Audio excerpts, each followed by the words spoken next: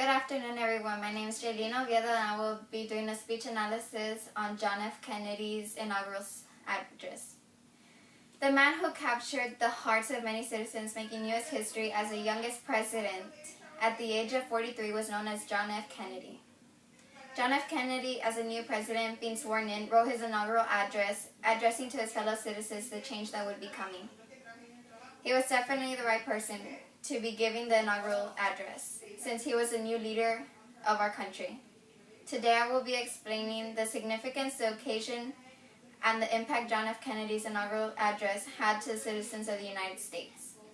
For the people who are not too familiar with Kennedy's inaugural address, here are some background information about it. President John F. Kennedy delivered his inaugural speech on January 20th, 1961, in front of the Capitol. That day can be remembered as a harsh, cold, wintry day, in which Kennedy delivered a short, concise speech thinking of the citizens' well-being. The citizens of the U.S. had confidence in the fresh, youthful face of Kennedy.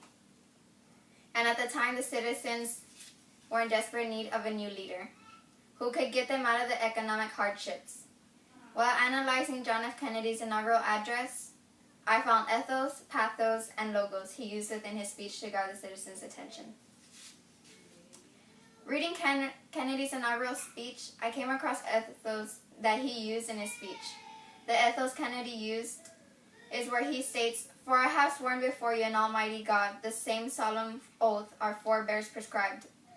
Kennedy is now credible and hopes to continue the work of past presidents. Kennedy uses pathos when he says, "To those people in the huts and villages of half the globe struggling, we pledge to help them, because it is right."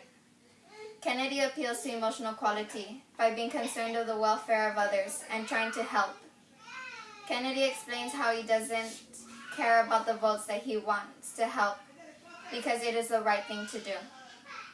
Kennedy then talks about past conditions and what we could do together to change the future, which clearly shows logo. An example is found when he says, "In your hands, my fellow citizens, more than mine, will rest the final success or failure of our course." Kennedy always had a logical explanation. A great summation of the speech is exactly what John F. Kennedy gave his fellow Americans. To conclude, Kennedy tells his fellow Americans, "And so, my fellow Americans, ask not what your country can do for you, ask what you can do for your country. My fellow citizens of the world, ask not what America will do for you, but what together we can do for the freedom of man." These two phrases became very popular, and many people quote it still today. Kennedy's conclusion changed the view doubters had on him. That is the day everyone had faith in him. John F. Kennedy had a great impact on his citizens and followers. Most people absolutely adored him. Kennedy was a great president with a heartfelt concern for his citizens and left the world too early. John F. Kennedy will forever be truly missed.